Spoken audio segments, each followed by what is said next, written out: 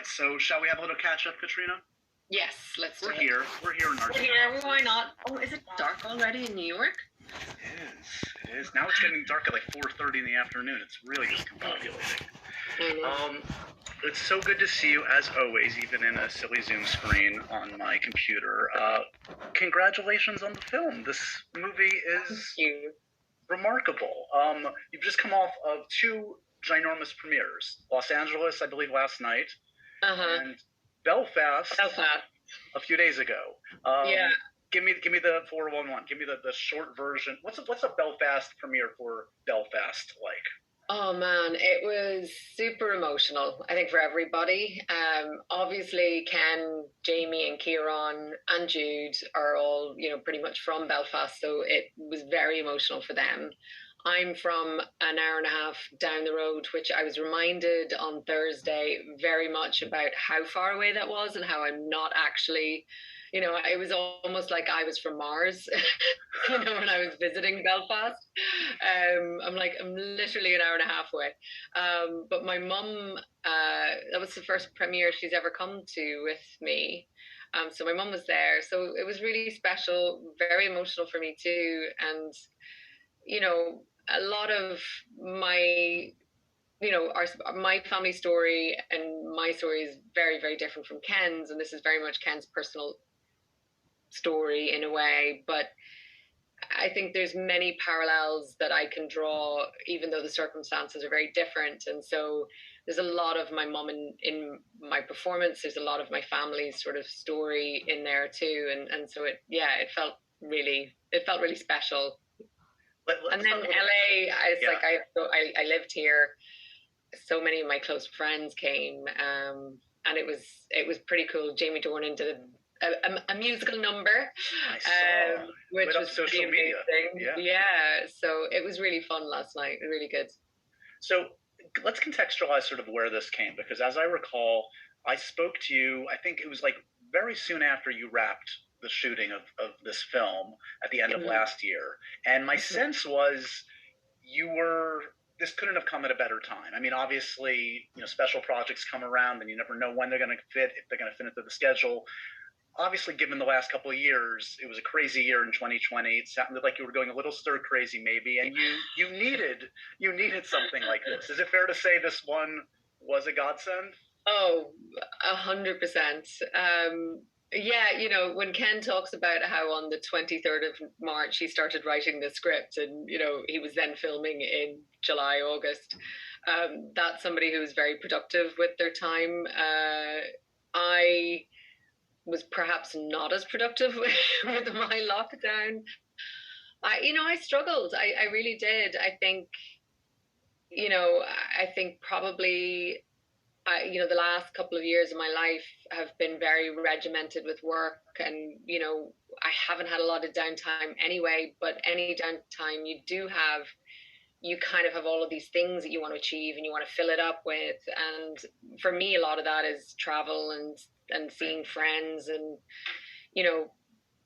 filling in the sort of empty vessel of my life when you sort of spend so much time on set.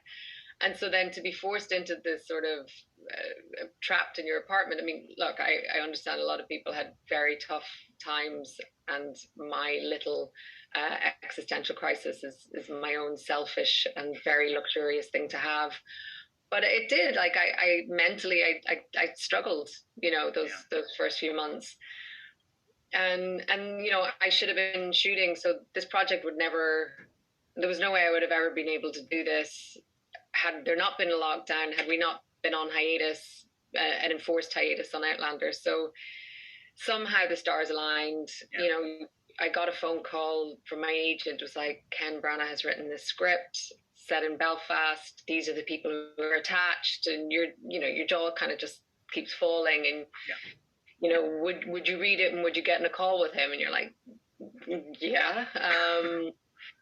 So yeah, it was a gift, and it was the gift that just has kept on giving. I mean, we had such a blast on that film. I have made friends that I know I'm going to have for life on that film. It was just really special. So I'm I could keep talking, but we have more questions. Well, let's talk about some of the new friends that you made, because we both love and adore Mr. Kenneth Branagh, who is as sweet and smart as he is talented a filmmaker. What was your reference point for Ken Branagh? Like, was it as an actor? Was it as a filmmaker? Like, what did you think of first when you thought of Kenneth Branagh prior to this? Definitely more an actor. I mean, I've definitely seen quite a few of his films that he has directed, but I mean, I don't think you can grow up in Ireland or the UK without knowing him as an incredible, incredible actor. Um, from Peter's Friends, Frankenstein, all, he's just part of the fabric of your life. It's like one of those things. It's the same with Judi Dench. It's like, is there one thing you can name? No, because it's all of it. Right. And it's all sort of always been there and feels like it always will be. So, and also Kieran Hines, who I had met before because in true Irish fashion, he's one of my good friends, cousins. But Kieran's somebody I've seen him on stage in New York. I've seen him in countless different productions, and he's always amazing. And he is one of the most beautiful, gentle souls. He's a poet in his heart, for sure. Like we've just come from a couple of different Q&As and press conferences, and I could just sit and listen to Kieran all day. He's just such a lyrical, just gentleman. When he, of all the actors involved in this, it's exciting to see like a light shined on him. He's one of these character actors that I feel like everybody who knows that like this guy always delivers, but like this kind of plum part for him in this kind of a film. He does. Sure, I hope he's enjoying the moment. Yeah. I think we've all sort of, it's a very small cast, but we have all really bonded in a really special way, and I think we're so proud of each other, and as an ensemble, everyone's sort of been appreciated, and I think that we're just all proud of each other and proud of this project, and have sort of a gratitude to Ken that he allowed us to join this beautiful little special train that's chewing along. So that was a terrible analogy, but anyway. No, it works.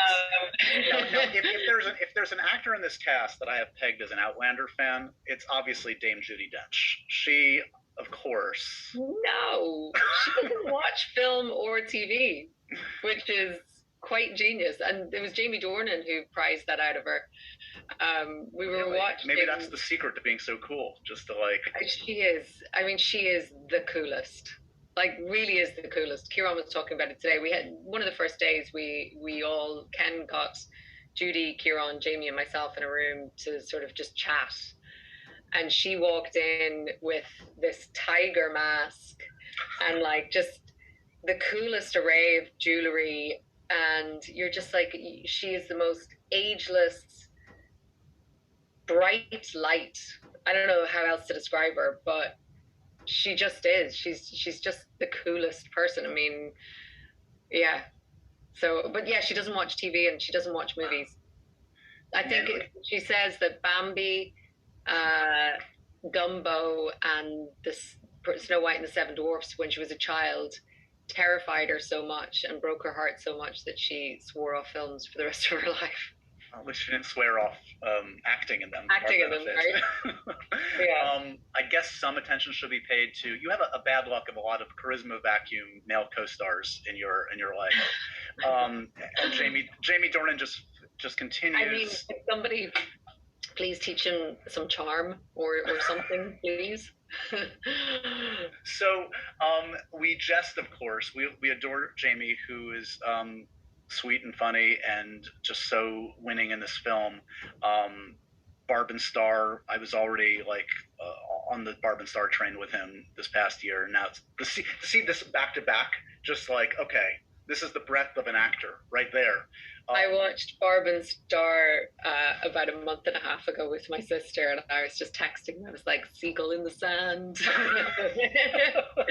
Now, like which there are character? things I can never unsee. Oh yeah, yeah. Which character is closer to the Jamie you know? The character in this film or the character in Barb and Star? I mean, he is an amalgamation of both. Really, he is. I think that's what's so lovely about Jamie. He has such integrity, I think, as a human. He is a really solid, gentle man. And then on the flip of that, he's a ridiculous person, like, goofy and Yeah. and we all torture him. No one more so than Jude Hill tortures Jamie, which is very funny to watch. I mean, it reminds me of another mutual friend of ours, and in many of the ways you're describing him. Well, maybe and their birthday is only a day apart. Is that right? Yeah, funny. They are. They really do share a certain, like, what's the word I'm looking for? Like an aura there's an essence to them that is very similar. Yeah, totally. I mean, and they're both thankfully willing to make fun of themselves, and I appreciate very that. We much both appreciate that. Yeah. So talk to me a little bit about, okay, so you this wonderful gift of a role comes in, drops in your lap when you needed it the most. You get on set. Does it feel? I mean, these are all the cliche questions, but I'm curious how it felt. Like, I mean, how it felt, particularly where you were in your life at this point. Did it feel unique those first couple days, especially given that you've been cooped up for all of those months? Was the marriage of the material, the actors, and the context of this whole world we were living in, did it make the production that much different, you think? Yeah, I mean, I think sometimes on a project you get this little bit of magic, that happens, and it really felt like that. And Ken was talking earlier today, and he's so clever. But we started on a Thursday, I think, and he was like, I always like to start on a Thursday because everyone feels like if it's a Monday, then it's like, oh, we're starting on Monday. Whereas if we start on Thursday, it's like, oh, we're just gonna do a couple of scenes, right, and then we'll have a weekend, and then we'll really start the next week. Oh, that's so funny. And on our first day of actual shooting, he kind of led us all to believe that these were just little camera tests. So there was a couple of things he had me doing solo. I think one is like peeling potatoes outside the door and sitting outside and drinking. And then they ended up in the film. But when you're doing them, you're just like, oh, we're just camera testing. So right, he eases you in a very relaxed way, and he makes sure that the set has a beautiful, relaxed feeling. And he, especially on this project, because he was able to do it exactly as he wanted. It was very much his film. There was no, as far as I know, there was no studio involved in that at that point. There was nothing. So he was doing it exactly how he wanted. So everyone in the crew were people he had worked with before. Right. There was a family atmosphere sort of instantaneously. And so very early, obviously I was incredibly intimidated and scared shitless before I got there. But very soon, he just sort of put everybody at ease, and you kind of feel like, oh, whatever I'm doing, he seems happy with it. So he gives you that innate confidence very early on, and makes you feel like you're the right person in the right place at the right time. And we all sort of, I think, felt that way. And it just, there was a joy. I think we were all just so happy to be at work. Yeah. And also not only that, but be working on something that was so special, I want to talk about some of like the themes that I think are going to resonate with folks in this, because I think one of the beauties of a film like this is, though it is so specific and clearly inspired by Ken's childhood, I found watching it a ton of different aspects that really just resonated with me. It's very much from a child's perspective, Buddy's perspective. I love kind of the glimpses of the parents, and kind of like you recall, I'm sure we all recall this, right? Like those kind of like out of earshot conversations, that kind of like sense of they're fighting. What are they fighting about? What are the issues? I mean, does that resonate with you when you think back to your own childhood? Do you think back to like those shifts, like when you started to view your parents as actual full-blooded human beings and not just these deities? Yeah, no, for sure. I mean, I think one of the things he's been able to do so well in the film is capture that sort of loss of innocence, and what that means to a child and the process of going through that. I mean, it's so palpable when you watch the film. And I think we all have experienced that in one way or another, in our own circumstances. And definitely, I think there was a lot of introspection and looking back and sort of looking back on my own childhood and things that were happening, and you can't help but do that. And I doing sort of my research for this was strange, because on one hand I was doing a lot of watching interviews of women from the north of Ireland, especially in this time. I mean, there's a wealth of interviews online, and sort of the weight of all of that was one part of it, but then the other part of it was very personal and just thinking a lot about sort of my childhood and my parents and my mom and stuff like that. So it was, yeah, it was a funny one. It sort of snuck up on you as you were doing it as well. So what did mom say after she saw it? I mean, I'm sure she's heard you say that it's partially, at least it has to be partially inspired by her. Did she see that in the performance, and was she honored or horrified or excited or what? I think, well, first of all, the first thing she said was that she didn't want the film to end, which I think is one of the sweetest things. My parents wouldn't be cinephiles, and they've definitely gone to things I've done before. And I know my mum has fallen asleep a lot during things before, and my dad has sort of dismissed things I've done before. So it was really lovely to hear her, that she stayed awake through the whole thing, and that she wanted more of it. So that was good. Um, yeah, I think my mom has a good ability to laugh at herself too, and I'm sure she recognized some of those threats that might have snuck out of my mouth. And she's always been someone whose bark was bigger than her bite. So she had many children. She had to corral us somehow. So One other aspect I really appreciate about the relationship between your character and Jamie's is, I mean, these are two people that really love each other. It's a loving relationship, as is the Kieran and Judy relationship, where the obstacle is more of just, it's life. It's just like life is complicated. Shit gets complicated, and it's hard. It's just hard to make it work.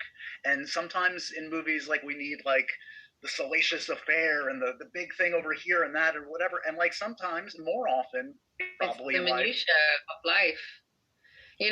There's a couple of scenes that I just love so much. The rent book scene with little Jude is so good, but that has a repercussion for the next phone call that Ma's going to have with Pa. And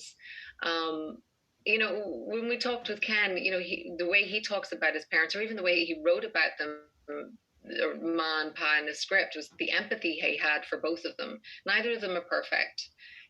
Both of them they do really stupid things, and they do things that make life worse for each other, but there was no judgment there, which I thought was really beautiful. It's just two people trying to muddle through, who really do love each other, but at the same point, as you said, like, shit is really hard. And what I loved also, the men are such stand up good men in their heart in this film, but the honoring of the women as well was really beautiful in this. And it's very tough, I'm sure, for Pa to go off and work and leave his family, and that must be heartbreaking. But being left and bearing the brunt of the child rearing and the managing of the household and all of those things, and it wasn't dismissed. It wasn't kind of like, and she's just a wife,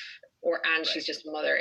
There was a real acknowledgement of the enormity of all of that. And I think that was just so beautiful. And I love that scene where Pa thanks her. And that, I mean, that scene, I get goosebumps, because I just think that and Jamie was so incredible in that scene as well. And it's just it's very simple, and it's such a short scene, and but in its simplicity, the weight of that was really beautiful. It's a dead giveaway on my podcast to see how much of the time in the conversation is actually spent talking about the project in terms of how much I actually appreciate it. And we've spent more than half of the conversation talking about Belfast. I adore this movie and everybody in it. So congratulations. I do want to talk about some other stuff, including, as you know, I hit you up about your comfort movie. We've been talking comfort movies. This is weird because in the year and a half I've been doing this, no Audrey Hepburn movies. And then last week, Zazie Bates chose Breakfast at Tiffany's, and you have now succeeded it with another Audrey Hepburn movie. Caitriona, what's your pick? My pick is Funny Face. I mean, you gave me a list of things that have been already chosen. I'm not going to lie. No, but this is one. Audrey Hepburn movies, Breakfast at Tiffany's, Funny Face, they are ones that I will return to time and time again. And Funny Face is just, if I'm sick, this is definitely going to be played, because it just is like a warm blanket for some reason. Is this genre generally something that you're attracted to, or is it the specific setting, the actors, the music? Like, what is it? If you had in a nutshell, what are those aspects? Well, I think Audrey Hepburn has, she's just got such a magical quality. And this film, it's kind of ridiculous in many ways. But there's something about, and I'm not really into musicals at all. It's not really my jam, which makes this a strange choice. But at the same point, there's something, because of the time this is set in, it feels, I don't know, it feels like it should be a musical. Like there's that kind of quality to it. If I am going to watch a musical, I like those MGM Technicolor kind. I'm not into really the modern stuff. It gets too cringy for me usually. Well, look, just to give folks some context, this does have the right pedigree. This is directed by Stanley Donen, who of course also did Singin' in the Rain. It's got the songs from the George and Ira Gershwin, Fred Astaire. Yes. Amazing. Of course, Fred Astaire, who, by the way, telling, especially of those times, playing, I think he's 31 years senior to Audrey Hepburn. Oh, I know. He's ancient, and she's like 17 or something, which is very questionable. But, the whole thing, I just love the ridiculousness of this kind of like Vogue shoot coming into this bookstore and absolutely taking over and not listening, to this poor young woman who's sort of like trying to somehow command the space that she is in charge of, and it's got, like, I guess maybe because of my prior life, the fashion, Paris, all of those things, maybe that's why it hits me in such a place too. But like, when they go to Paris and they go to this jazz club, and then she does that dance in the black polo neck and the black, cigarette pencil trousers, and it's so of that time, but it's such a, it's the real Hollywoodized version of that time. I don't know. It's just such a gorgeous film. It's a great pick. I'll have you know, I Googled you and Funny Face just to see if you talked about it before. And I hadn't found anything, but I did find the two of the first three photos that come up for Caitriona Balfe Funny Face are photos that we've taken together. So there's irony for you. It is meant to be. Kismet. There you go. Exactly. So let's talk a little Outlander. Since we last spoke, you did shoot season 6. We did. And you I remember, again, you were wondering what it would feel like. Like, I mean, because so much of that set is a social environment. That's half the fun, maybe, of working there. Were you able to enjoy in the same way you were able to enjoy the previous seasons, or was it a much different kind of environment? It was very different this season. I'll still say we enjoyed it, but the difference is when we were shooting Belfast, it was the height of summer. We were outside for 90% of the time, I would say.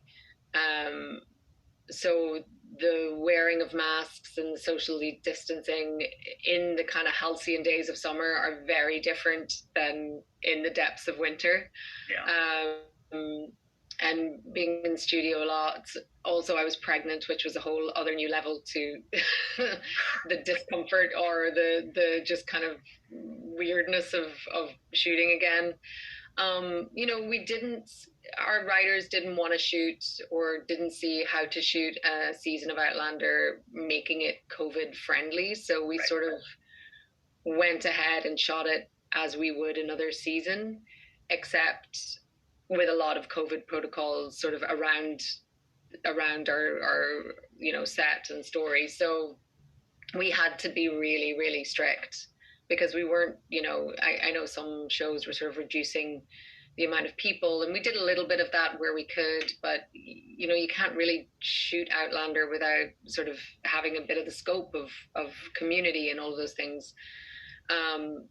So it was strange. It was like you're driving and you're like normally when you're moving from set to set or you're going from your base camp to set, you'd have a car full of like your costumer, your makeup artist, right, your driver, yourself, and there's always chat, there's always like life and vibrancy and all of those things, and as a cast we would always hang out in big groups, and right, that all kind of it was weird, having separate tents next to each other, and you're supposed to just sit in your tent by yourself, and you're just like, oh, this feels super weird. Texting Sam, what's going on in your tent? Yeah. How are you?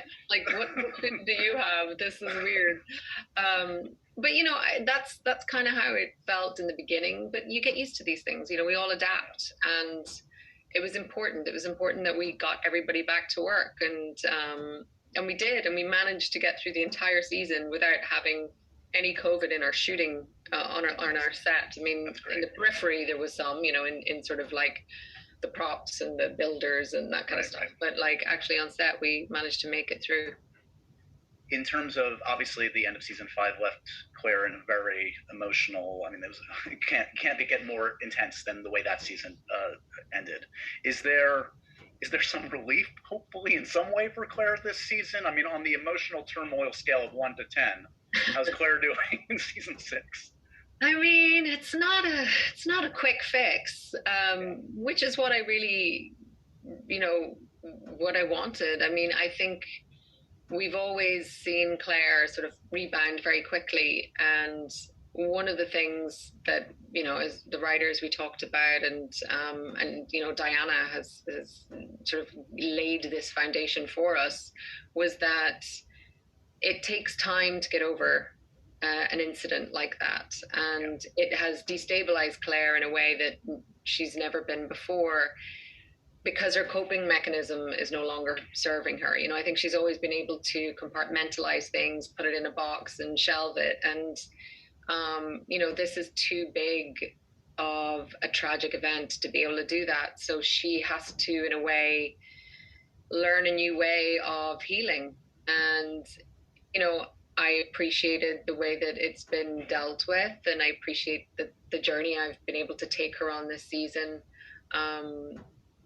Obviously there's new people who come to the Ridge, and they have an influence on that as well. But I think, even though it's a truncated show this season, it's only 8 episodes, I think it's really strong. And we've continued as well to sort of play around with how we deal with things stylistically, which I think is really interesting. So yeah, I'm excited. I'm excited for it to come out. I'm excited to see it. I've seen 1 episode so far. They very kindly sent me 3 and gave me 24 hours to watch it, and I was like, I've got a 1-month-old. What's wrong with you people? There's a lot going on. Not gonna happen. So I've only seen the first episode, which is great. But I'm excited to see the rest of it. And the last thing on the Outlander front is, obviously you mentioned 8 episodes for the season 6. Next season is not going to be so small. It's going to be the biggest, I think, since season 1. Right? Yeah. And you've obviously got a lot going on in your life now. Uh-huh.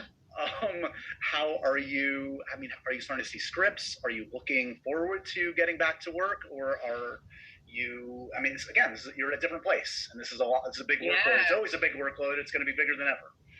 Well, at 3:30 this morning, when I was feeding my son, I got an email with the first 2 scripts. And I started, I mean, you have to look at your phone to keep yourself awake. So I started reading the first episode, and then, my eyes were getting crossed, but I'll have to look at that at another time. But Yeah, so that's the first two eps they're in my inbox. Okay.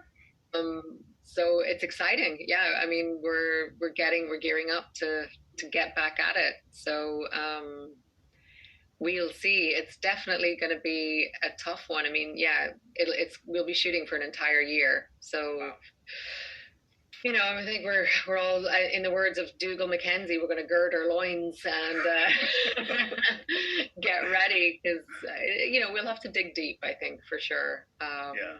By the like 8th hour of Sam just talking about episode 9 of Men in Kilts and what a great time he was having. Yeah. Just tell him to shut up. Just tell him to text Josh and shut up. He'll probably be on his 7th almanac at that point. Exactly. He'll have written 7 books while he's waiting between takes. He's like Oprah. He's got a publishing empire. He's an energizer bunny. Those little things that just never stop beating the drum. I'm like, where do you get your energy from?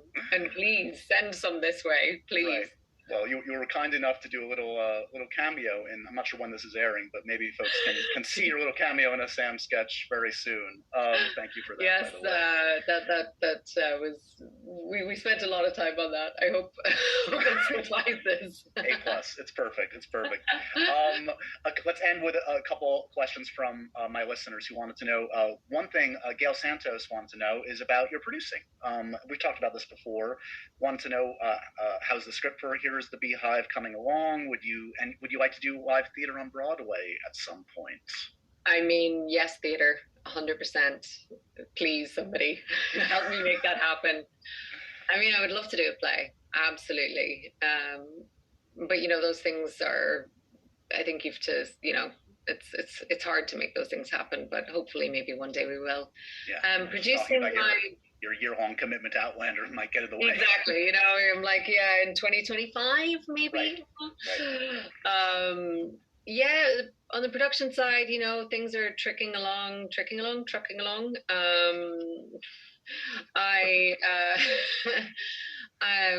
We're still in script development at the moment with Beehive, but it's going well, I think.